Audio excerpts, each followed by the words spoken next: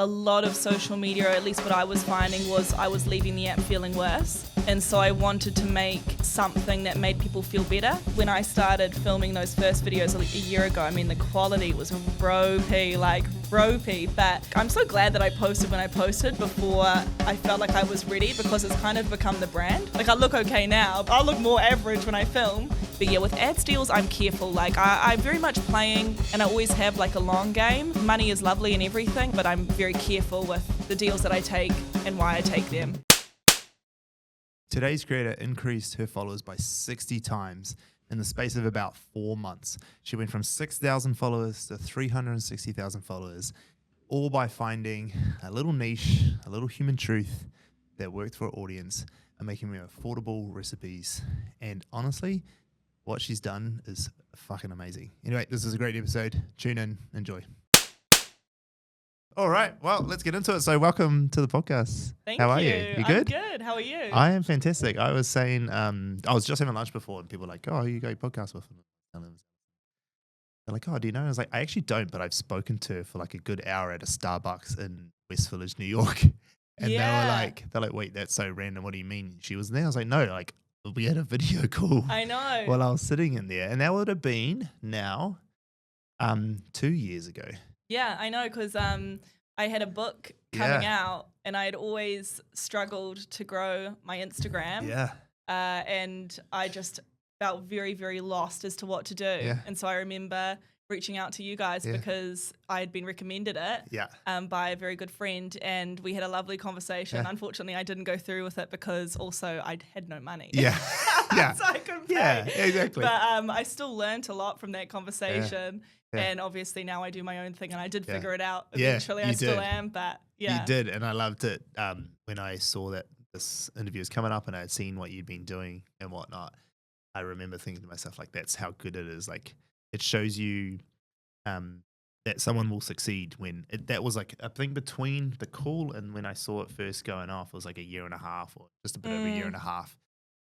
That is such a long amount of time for a young person to like stick at something to make it work. Oh yeah, and I mean, I've had Alice Taylor Eats for 6 years, so a long time. And this time last year, I would have had maybe 6,000 followers.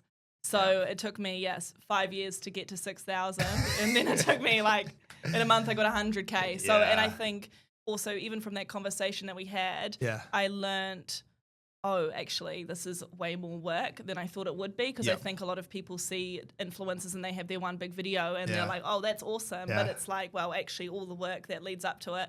And I realized from talking to you that it's a big job. You need to understand what you're doing. You need to be consistent every single day, never stop. And that's what I really took from that conversation was work harder, you know? So. I know. It's a bit of a... it's both good and shit advice at the same time. So it's good because it's like, that's the truth, but it's shit because it's like, oh, fuck, I better get to work, eh? Yeah. Tell me, let's go back a bit though. So as you said, 6 years you've been here, there's doing the MasterChef and everything. Why don't you give everyone like a little bit of like the elevator pitch of where you've come, what you've done until about 4 or 5 months ago, started to pop off. So take us up to that point. Okay, so I'll start very briefly when I was a kid, but I'll go fast. Please, no, go for it. Take as long as you need, but let's go through that. Yeah, so basically... when I was a kid, from as early as I can remember, I've always been really obsessed with food and cookbooks. I only read cookbooks as a child, which I learnt was very strange. Yeah, very strange. The first book I ever got was the Edmonds Kids Cookbook. So I was always really into food and a very studious kid, and so always kind of torn between this love of food and wanting to pursue a career that's a more conventional career, academia. Cool. What looks good, I guess. And so. Basically, I loved cooking, went to university, got a Master of Politics, specialised in Taiwanese foreign policy, very random. Of course. Still wrote about food. Wrote a cookbook manuscript when I was 15 and kept doing that, and started Alice Taylor Eats as a sort of side hobby while I was at university. And loved it. And it grew at that point to like 1,000 followers, which for the time when I was in Dunedin, I thought I was so cool, I thought I'd made it. You're an influencer. I was an influencer in Dunedin. So I loved it, and I came out of my degree, my Master of Politics. I actually got first place, but I had like no scholarship acceptance, no job offer, like completely lost. And I was actually like kind of upset because I was like, I thought university was where I was meant to figure all of it out. Yeah. And my dad texted me that MasterChef was looking for applications. Yeah. So I thought, well, why not? I literally, honestly don't have anything else. It was a dream of mine, but it was just too crazy. Like I spent 20 seconds on the video because I thought this will never happen. Like, and anyway, I got on. Yeah, crazy. Which was awesome. One of the best experiences of my life. Yeah. And came third, and out of that, I got a job offer to work at Baduzzi. Yeah. And so I thought, well, I've never really wanted to be a chef necessarily, but I love food and I'm going to learn from the best. Yeah. And so for the next few years, I worked as a chef, but like really high levels. I was at Amersfield at one point as a pastry chef. Yeah. And learned a lot. I fell in love. I met my partner. Yeah. And but I ended up basically just kind of physically and mentally just not well. Yeah. So I left. Because of the chefing? Yeah. Yeah. It's a tough industry, eh? Yeah, it's no joke. It's a tough industry. It like chewed me up and spat me out pretty quick. It does it. Yeah. It does it to the best of us. Oh, it's brutal. And so basically I ended up no job, no money, wanting to still post. Yep. And I thought, well, this is the only option is to post really cheap and realistic food, and I'd love to see something like that. Yeah.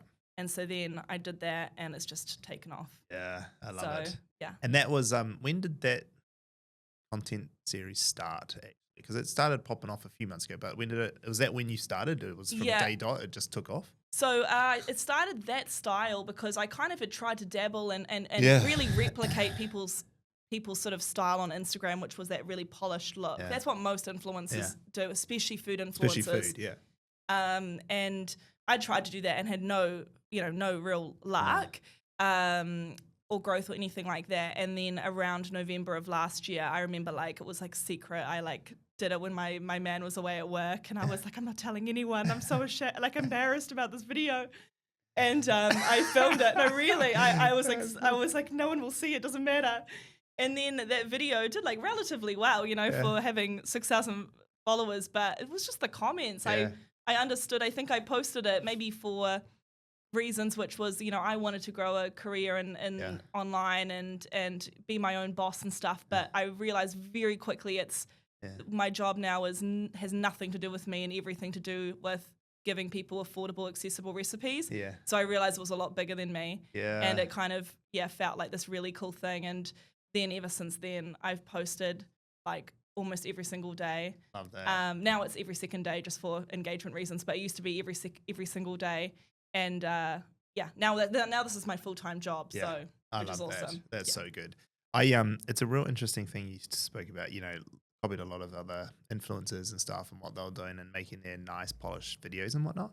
We talking about this a bit recently, Amy and Joni and our team, about how like the different levels of understanding how a video goes viral. Yeah, and like there's a real for a lot of people there's this real surface level version of why something viral, like maybe they copied a trend or it looks really pretty, or there's a lot of obvious reasons, like you look at it, you're like intuitively this is why, and then you can then go the next level up. We kind of understand that no, actually it went really well because their like storytelling structure is real solid. They've really told a really good story here. They've not just used a trend, but they've told it, they've executed it to perfection, told a really good story.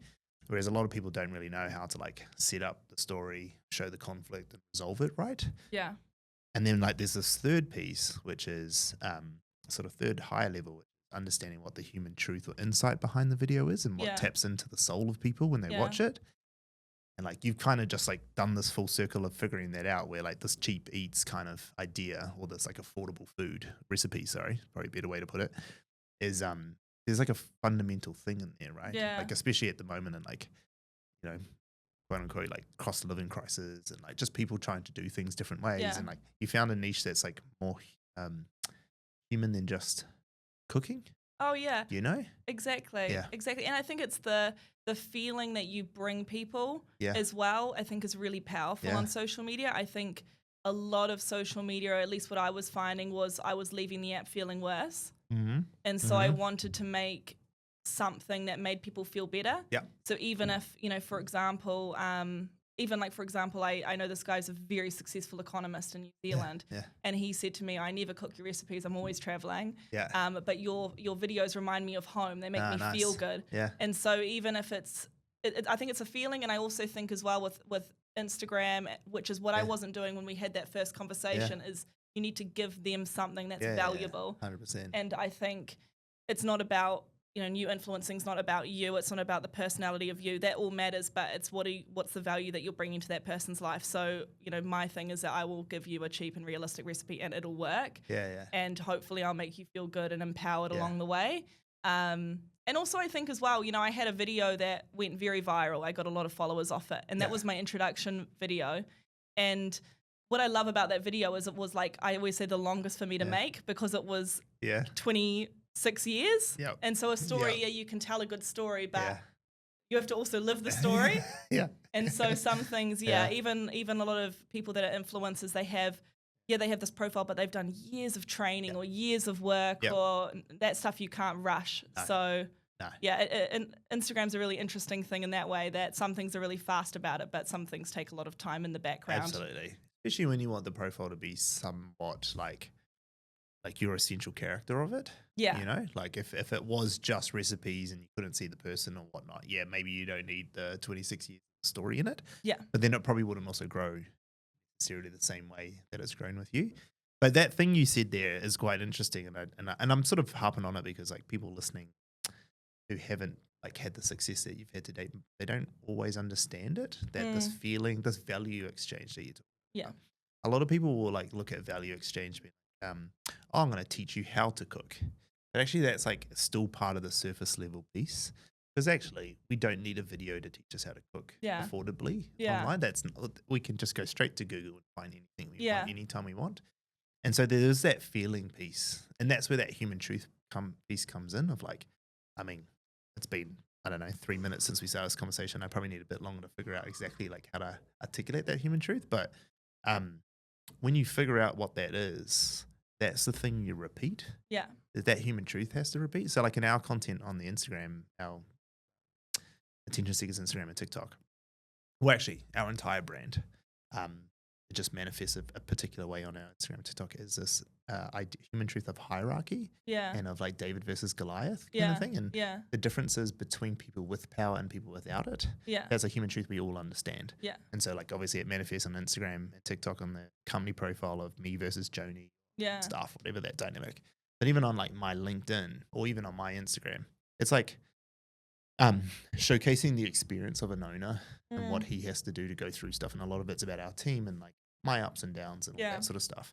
It's showing that dynamic of like, here's someone with power as someone who owns this business and staff and stuff, but actually like talking through the struggles of it. It shows that power struggle. So now when we create content, we repeat that human truth all the time. Yeah. And so everyone understands that as our business. And I think that's the thing like people struggle with because they go, oh, that's a really cool video style. It's like the video style is not what made it go viral. No, maybe it got a few little bit of extra things, but it was this other human truth in it. Oh, that really held on to. And now your whole profile, I guess, has come up to that. Right? All these people who love it for a feeling.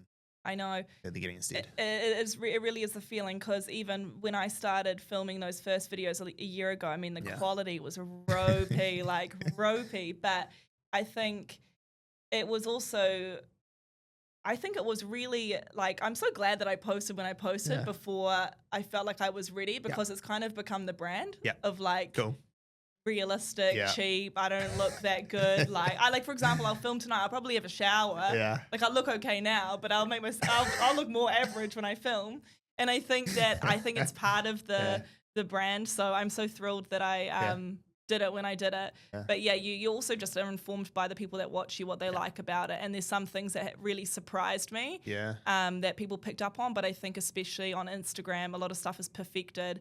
And what I was posting was such a strong contrast to it. Got it. So, I think people really enjoyed that and held on to that. And I've protected that as much as I can. Like maybe my phone, I bought a new phone. I got a light now. But, the rest of it's like stayed the same. The core production of the page. Quality, and it will always stay the same no matter what. Yeah. And like that's the thing, right? Like, because as long as you've got that core insight and story there, that's what they're coming for. They're not coming for, like, there is an example for every example of a polished video doing well, there's a crappy one doing well or somewhere in between. Like they actually mean nothing. Yeah. And a lot of people, like, there's a lot of talk around lo-fi content's taking off and whatever. It's not that it's taken off. we just now have a platform where people can put it out Yeah. at mass, that it just so happens some of them can do a good story. Yeah, as well. exactly. Yeah, that's all it was. It was just before when it was on TV, you're never going to get a lo-fi thing on TV because the cost of getting it there is so high. Oh, yeah. But we've already proven on YouTube that, like, you know, there's like Hank Green on YouTube.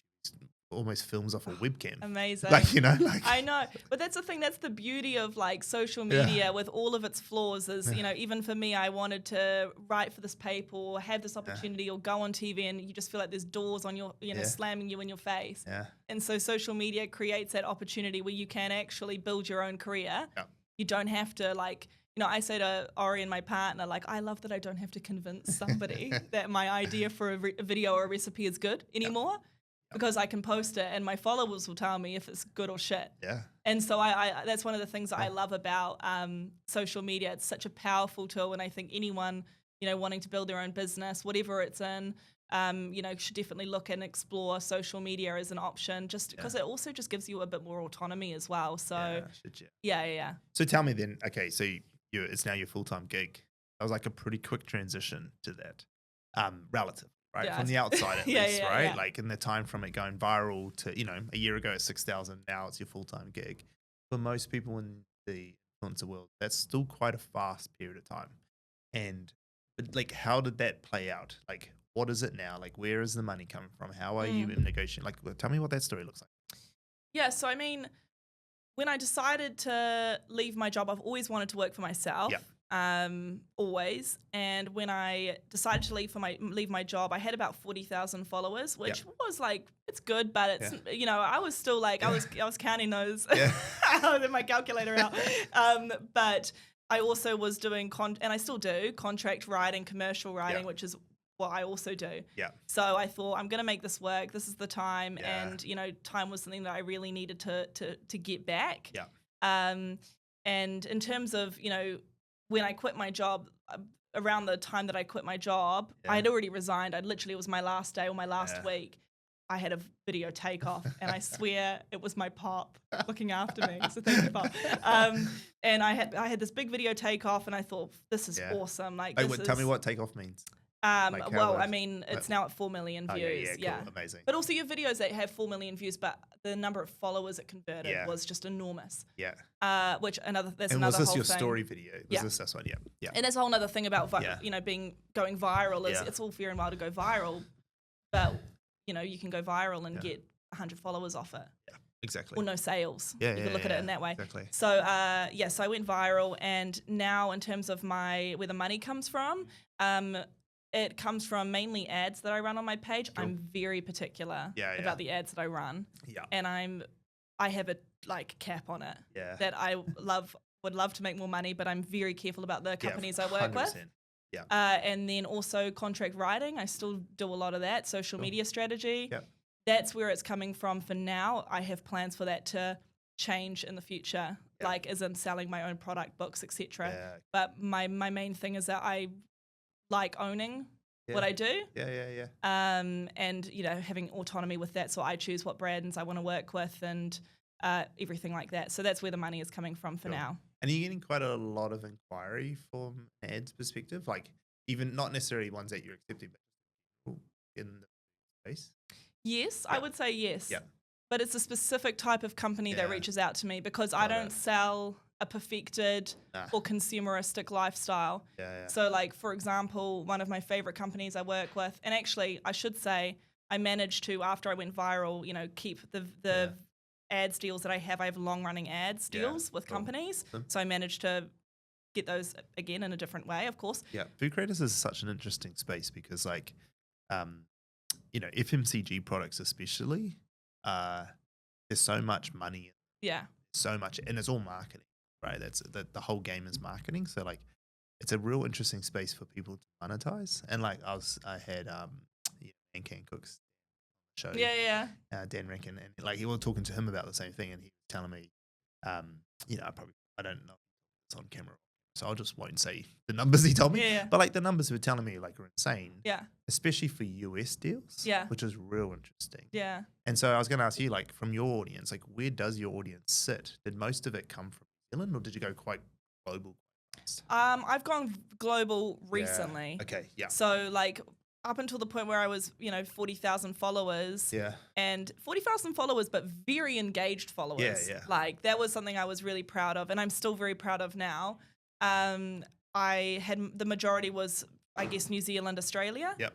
Now that's changed slightly. Now I still have a lot, like the biggest portion is New Zealand and Australia still. Okay. But I have a lot of people from South Africa, UK, US, a lot of Italians too. I imagine it's because we cook a lot of Italian food. Yeah. My man's Italian. Yeah. So yeah, it's become a lot more diverse. Now I'm running a series with Nat Cooking, which is is it cheaper in New Zealand versus Australia? Yeah. We're bringing in other countries. Love it. So we're kind of trying to make it a bit more of a global thing. Yeah. And that's very much, That's very clever. It's very clever. I will credit Amu, his brother, and Nat for most of the ideation. Yeah, cool. They're fantastic. Awesome. And yeah, so that's kind of where I'm at now with the international audience. I still love, like, I'm a Kiwi and I love to promote Kiwi products. Yeah. But yeah, with ads deals, I'm careful. Like I'm very much playing, and I always have like a long game. I money is lovely and everything, and I'm doing well for myself, but I'm very careful with the deals that I take and why I take them. And if it's going to help the audience, if I think it's a product that is actually going to help them and that I love, then I'll be open to it, but I'm very careful with it. It makes sense. It's good too, because I think on this, what number is this? 98, episode 98 or something? 96. And of the 96 people I met, like I would say more than half of them don't think that way to start with. Yeah. And to be fair, they're led astray a lot of the time, like because their agents don't make money unless they're making money and taking the deals. And 100%. so they're turning them over quite fast. And like, that's not necessarily the agent's fault. They're not being malicious. They just are doing their job.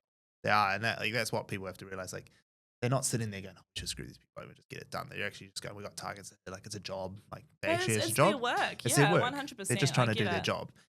But inevitably what happens is that people get burnt out. Their audiences get burnt out. People stop watching them. I remember Joni telling me when she was first working for us, she decided, I'm going to take heaps of deals, and her agent was giving her a whole bunch. And then her like engagement just fell off a cliff. Like she sits at like 25% engagement on average, which is really crazy good. for someone with 1 million followers, right? And it dropped down to like sub 10%. For her was terrible. And like people would stop watching. So she just cut it all. She just said to her agent, no, you need to 4x my cost. Oh, I'm not doing it. Like I don't want any more. I don't need it. I've got this great job. And then eventually like she's getting back to doing lots of gigs again, but she's doing them far more like things she wants. Yeah. As opposed to just taking whatever deal. Absolutely. And I think, it's a balancing act. And I love Joni's content. And one thing I will say is I love her ads. Her ads are bloody amazing. Because they're also their ads. Yeah. And I love that. They're obviously ads. Like the audience is smarter than you. Yeah. And they know what's going on. Yeah. And so even for me, when I run an ad, I get messages like, yes, queen. Like you give us so many free recipes, pop up. And that's what I want it to be like.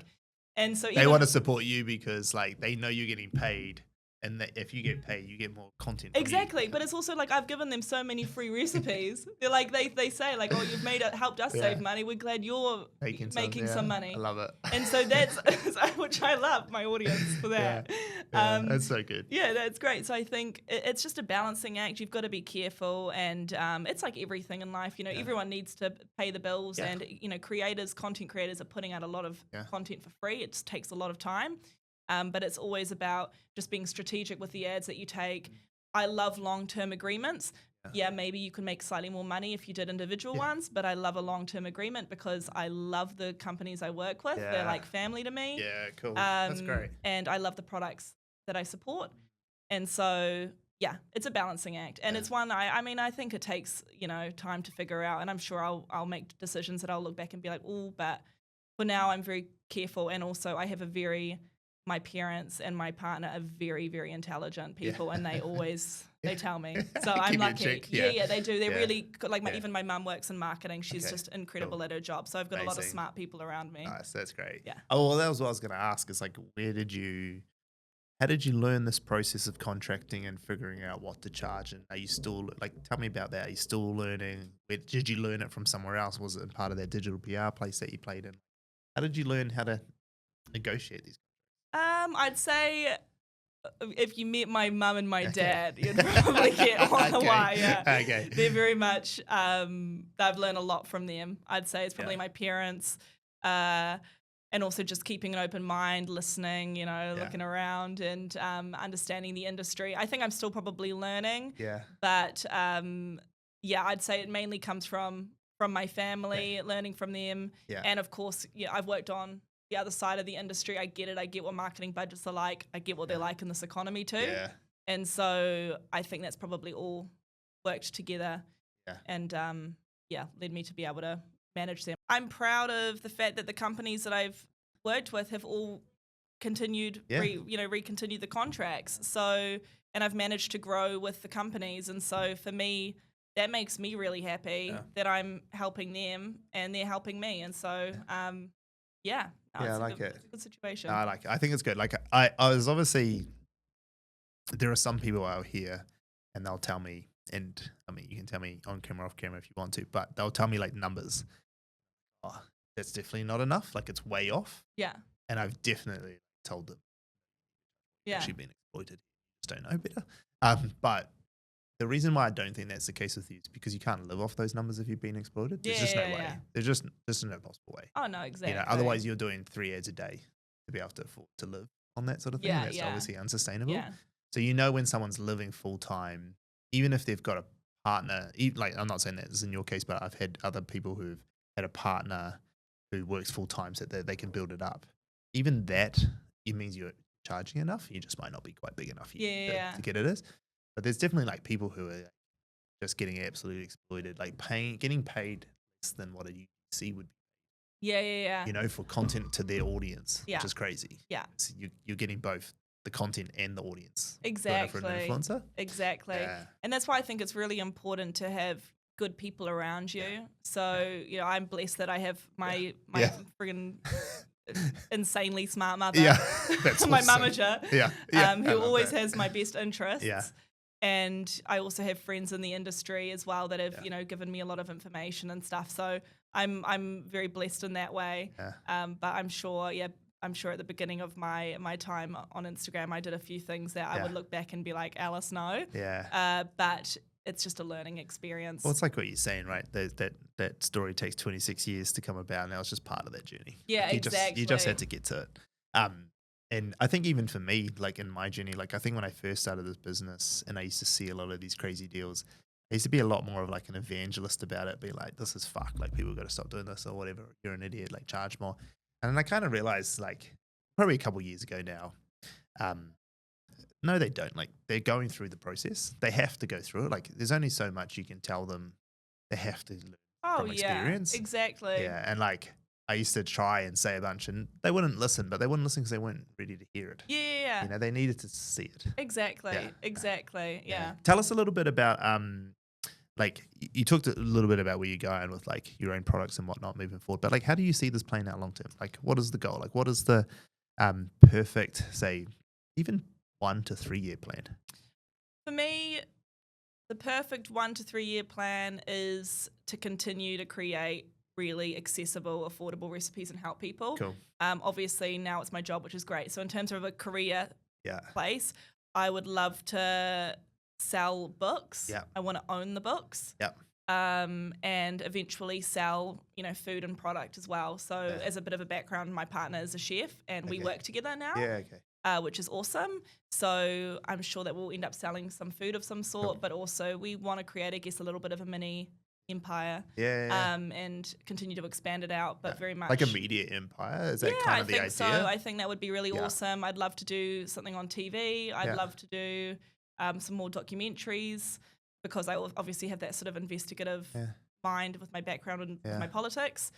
And and to start, I want to start selling, I guess, probably books will be the first thing that I want to do. Yeah. Did you watch I don't know if you saw the episode we did with BJ with Vanya Books. Yeah, I've seen shorts of it. Yeah. So that's a great episode to read because she's built an empire. Yeah. And I was blown away with the episode. Like, I have to get her in again because she just did not stop for like an hour, just rattled. And like I took a lot. She was like going at me, and I was Yeah. like trying to make sense of this, all this gold that she was giving me.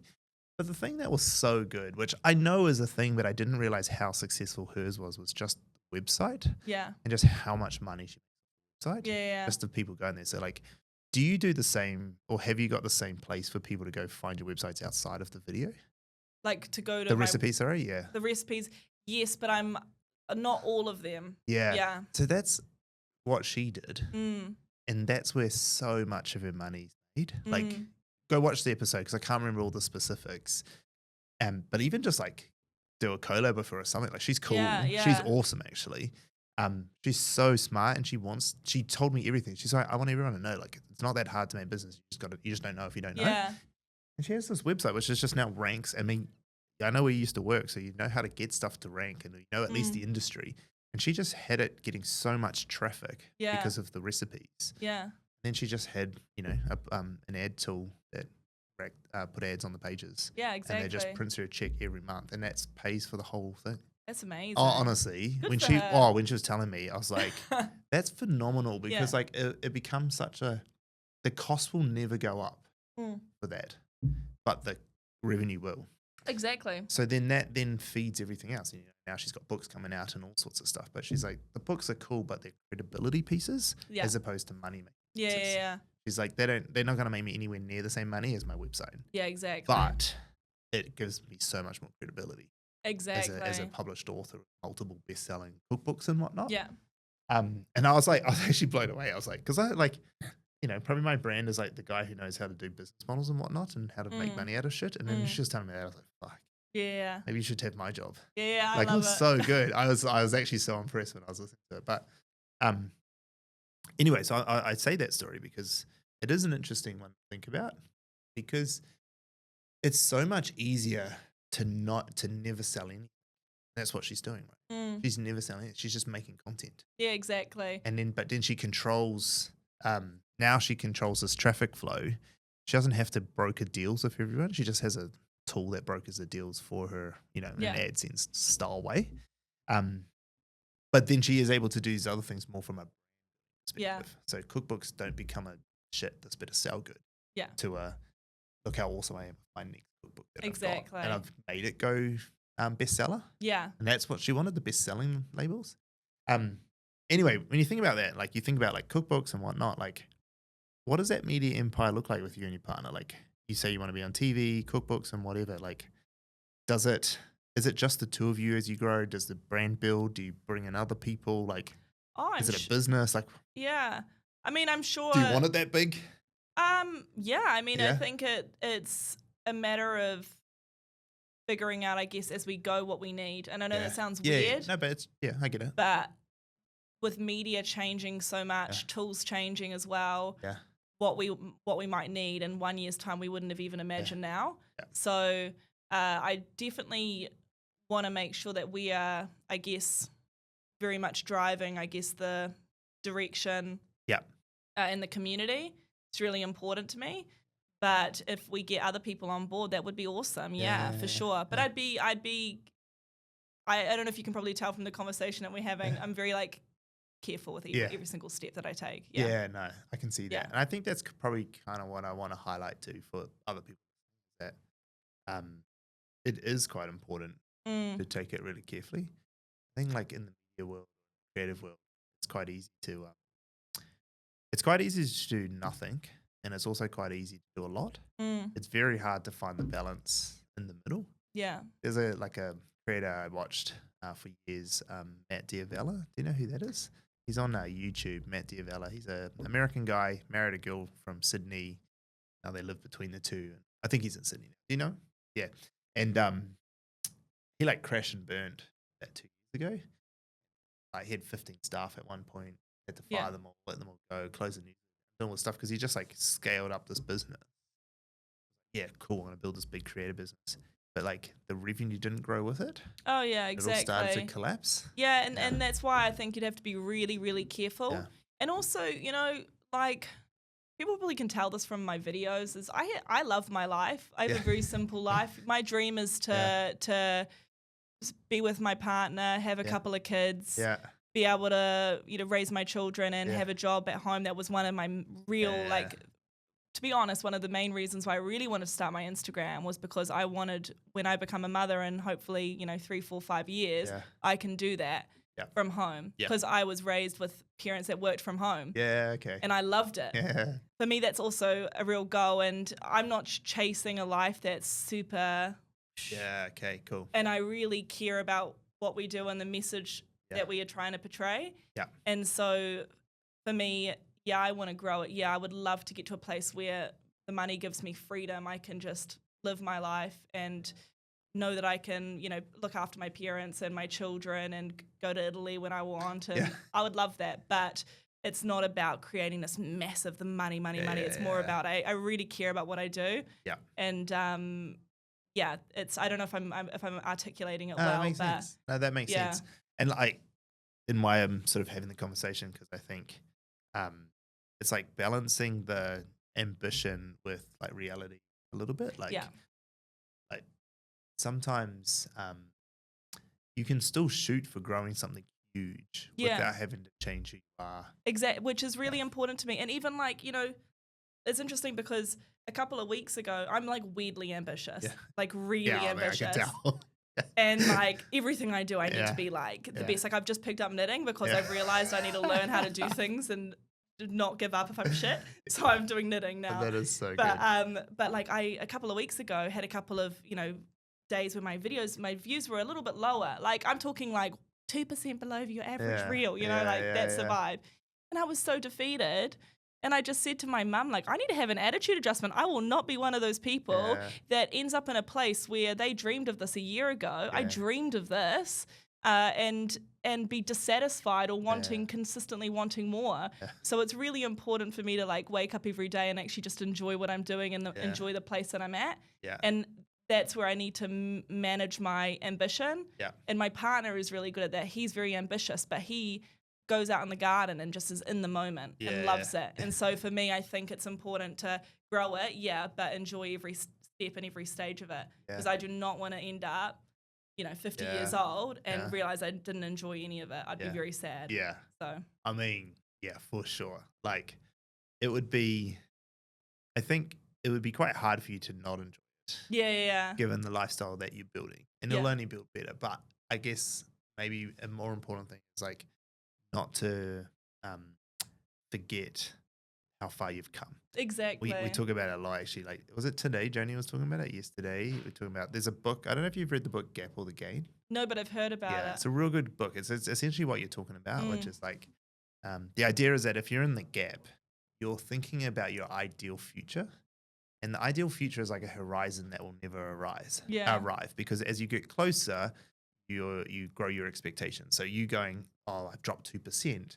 Wow, 6 months ago, I would have loved for that drop to 2% number. That would have been awesome, right? And now because you're used to the 2% high, you're like, oh my God, I'm backwards. But you're not really. Like it's still awesome. It's just business. It's the waves of business. It's just the waves, right? And so, but often people look forward, and then that reflection of looking at idealized future, realizing you can never get there, is depressing. But then if you only ever look, but instead if you look back and you look at how far you've come, and you look at the gain, that's a much far more positive, endorphin driven like way to live. Oh yeah. And so you go, no, I actually am stoked. Like I'm 10x where I was, or 100x where I was a year ago. Exactly. And that's like a real important piece, which is less about like you're gonna enjoy life regardless.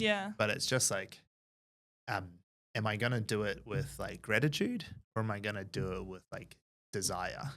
And desire like is real painful and stressful, and it saps a lot of energy out of us. But like gratitude, that's a whole different thing. Exactly. And I think you need both. I think if I wasn't like wired like this, maybe I wouldn't be where I am now.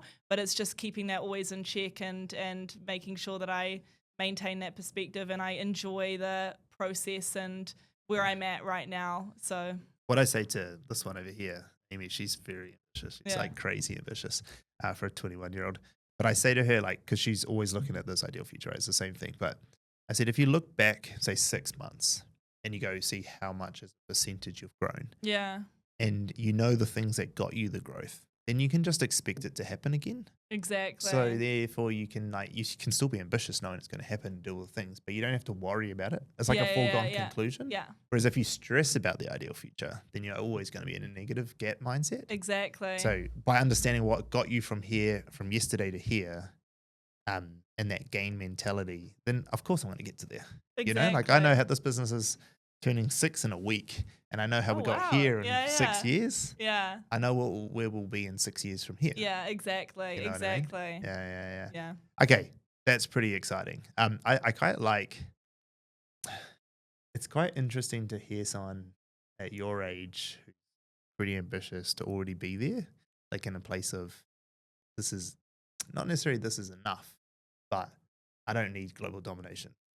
Yeah, and I'm like, I don't know how to put it. I'm real happy. Yeah. I'm a really, I like really, that. yeah. You can tell. I'm in a really good place in my life, and I think, again, I really do credit a lot of that to my partner because he just has the most wonderful outlook on life. But I think I really enjoy what I do. I enjoy the community that I've built, and I've got a really good people surrounding me that keep me grounded and keep that perspective in check. But yeah. Okay. As we this has already been like 50 minutes. I'm at 1:42. Sorry. No, this is great. Don't be sorry. Okay. Don't be sorry. This is great. It's great that we got to this point. So, it still took the same amount of time, but it felt quick. Yeah. What's the very next thing you want to do? Like in terms of ticking something off that list, the next step to that media company that you're going to build. What's the next step? Well, two things. Yeah. The first thing that I'm doing now, which I didn't do at the start, which I kind of wish I did, but that's right, is grow my other platforms. Okay, so cool. I'm big on Instagram, and I was like, Instagram's my thing. I'm not doing anything else. Now I've realized, no, Alice, you need to be across all of it.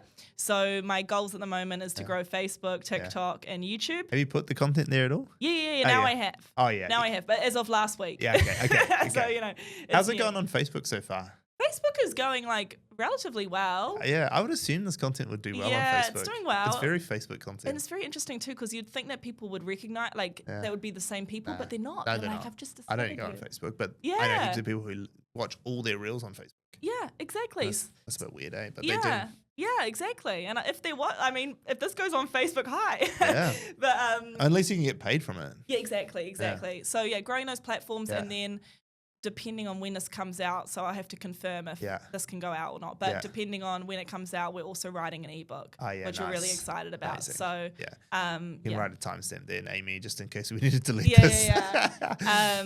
But we're doing that, and that will be really exciting. I'm writing it with Orion, and we're very excited for that. And it's just continuing to build the content. We've got so many ideas. We're chefs, so we're just constantly thinking of cool food ideas that we can do, following the news, whatever's going on, whatever is expensive. Yeah. So we just go after it. There's so much, so it's fine. Never run out. It. Oh, hey, it's so good to see you, and one, see you in person, and two, just like you can. You said before, I'm really happy, and you could tell. Oh, thank you. Now you can tell. I feel like last time I spoke to you, I do remember thinking I said to Joni, I was like, it's not that I feel sorry. That's not the way, but I can't really articulate the words. But I felt like you were kind of in a rock and a hard place. Yeah, I was in a very bad patch in my life. Yeah, you could kind of tell a little bit. And I was like, I wish we could do something for it, but I just can't. I just didn't know how to make it work. And then now seeing you, I was like, oh, fuck, she's crushing life. Oh, that's awesome. Thank you. No, I'm so much good. happier now. Yeah, that's awesome. Yeah. Oh, hey, thank you so much for coming on the podcast. That was awesome. Awesome. Thank you so much. Yes. Awesome. Cool stuff.